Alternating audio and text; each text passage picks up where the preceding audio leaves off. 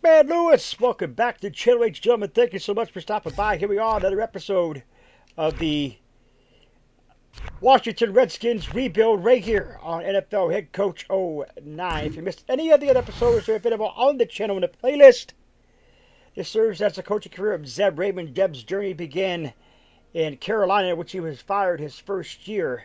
This is his second year now as a head coach of this Redskins, trying to get this team to the postseason and to possibly a Super Bowl appearance and victory.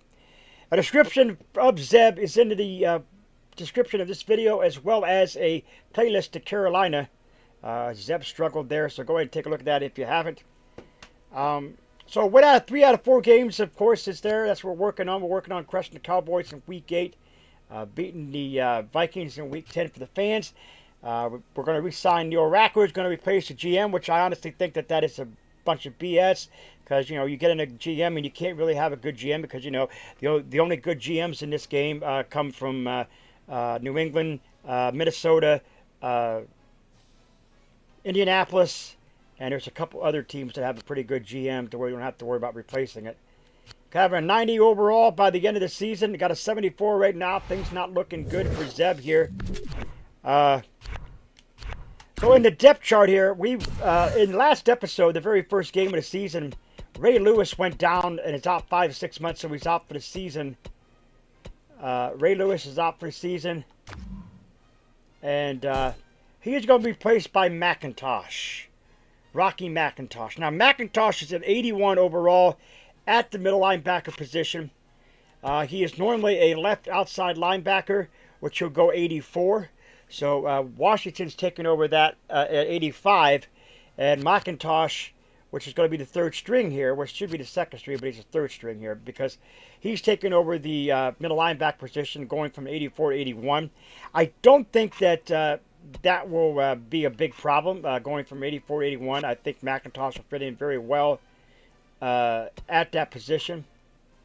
I think that there is no worries for him. We take a look at our coaching staff. Real quick, we wanted to develop our staff, which I have done that. I have developed the staff. I gave Zeb, who's a overall skills of 25 now, and I did give Zeb a little bit more skills in the I gave him a little bit more skills in the strategy. I thought he could use some more in the strategy, and I did give him another one on the running backs as well. Our quarterback coach, Jack Burns, there's our running backs coach, Stump Mitchell. Couldn't do anything much with him. Jack Burns, I did give him a little bit more. He had a little bit more potential there, or skill points. I did give him a little bit there on the last of his quarterbacks. There, I can't give him anything here because this is not something that is going to be they're required to happen. The wide receivers coach, which is Stan Nixon, I did give him a little bit more on the wide receiver part of things. I did give him another one right here of the wide receivers.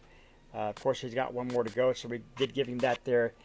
The offensive lines coach, Pete Brooks, couldn't do much with him because he's at 15-25. Linebackers coach, couldn't do much with him. Defensive lines coach couldn't do much with him, as well as the defensive backs coach. We did add Pepper Johnson. We did give him one more up in the strategy. General manager, we couldn't do much with him, and of course we got to replace him. Dan Spider, we got to replace him at the end of the season for the media to be happy. Our trainer, couldn't do much with him. He's pretty much maxed out here.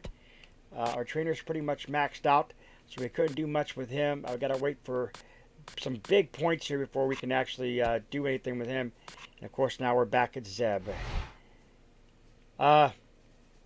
I do think, like I said, McIntosh does good at middle linebacker. I think he does good. We can't develop our staff. Our health and fatigue. Looks like everybody's going on. Charlie Batch is questionable. Daly is healthy. and so is Scotland. Which Scotland should be our starter. Here's our depth chart. Let's make sure we look at that real quick. I was going to go to it, but yeah, see, Scotland's a 64 overall, 85 potential. So he is going to get the start as he has, as he did last game. MJD gets a start here. Our fullback, of course, Chris Cooley. Our wide receiver, wait a minute, our fullback is Chris Cooley. I thought Cooley was our tight end. Okay, Cooley is our tight end.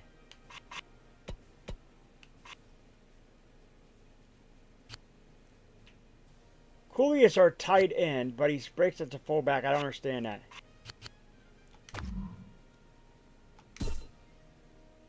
We'll take Todd Yoder there. He'll be 64 as our fullback, Todd Yoder. Our wide receivers, of course, is Ogunni Eel, if you pronounce it that way. Antoine Wander-Earl, and of course we got Santana Moss and Walton, along with Robinson, and then Cooley will back him up if need be. Folks, it's a short episode. I do apologize for that. Oh, wait a minute. The Chicago Bears told me they've been working on a game plan that focuses on fundamentals. The coaches stressed stripping the ball in practice today, telling the players that one turnover could be the difference in this game.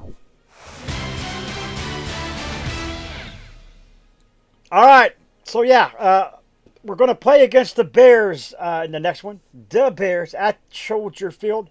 So I'm really excited for that. I think this team, hopefully, can do better than what they did in the first game of the season when they got shut out.